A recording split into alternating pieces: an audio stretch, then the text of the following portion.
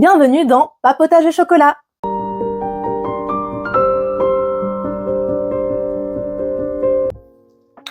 Santé. Du coup, est-ce que tu peux te présenter? Alors, je m'appelle Liv Stone, c'est mon pseudonyme, mon vrai nom c'est Marie Valente, et j'écris des romances et de la fantasy. Est-ce que tu peux nous faire un petit résumé de ta duologie? Ouais. Alors, on a 2 tomes, il y aura King of Scots, enfin, il y a King of Scots et Queen of Scots. Donc ça va parler du...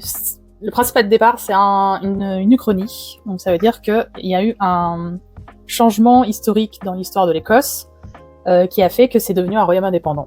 Donc on a une monarchie en place avec les Stuarts, et on a Aedan qui est un jeune roi un peu arrogant, qui approche de la trentaine et qui n'est toujours pas marié. Ça commence un petit peu à angoisser son entourage avec son conseil et les autres clans, puisque tous les autres clans sont encore là, il y a un parlement aussi.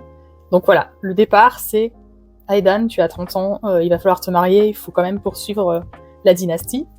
Et de l'autre côté, on va avoir Hayley, qui est une jeune américaine qui a un passé un peu difficile avec sa mère, un passé assez précaire aux États-Unis, mais qui a survécu et qui s'est battue toute sa vie pour la pâtisserie, et qui a été embauchée dans les cuisines royales, puisqu'elle a été repérée par la cuisinière Enora Mackenzie. Donc elle débarque à la cour du roi. Ça commence comme ça. D'où t'es venue l'idée d'écrire une romance écossaise?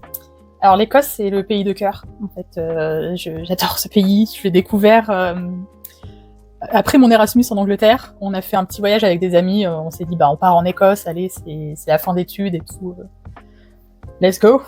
Et on a fait un grand tour d'Écosse avec plusieurs amis. On s'est un peu divisé. Après, j'ai fait l'île de Skye à ce moment-là. J'ai visité le château de Dunvegan, donc le château des MacLeod à ce moment-là. J'ai découvert Édimbourg. Et j'avais vraiment cette pote qui me disait il faut trop qu'on voit l'histoire de Bonnie Prince Charlie. C'est déjà le nom est épique. Et j'étais oui, effectivement, ça peut être hyper intéressant.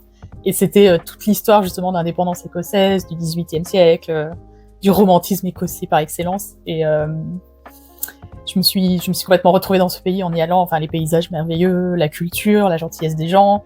Voilà.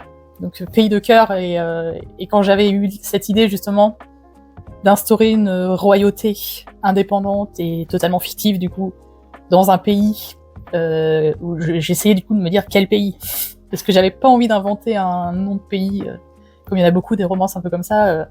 J'ai vraiment besoin de l'ancrer dans une réalité et d'avoir une histoire au fond, enfin vraiment une histoire avec un grand H.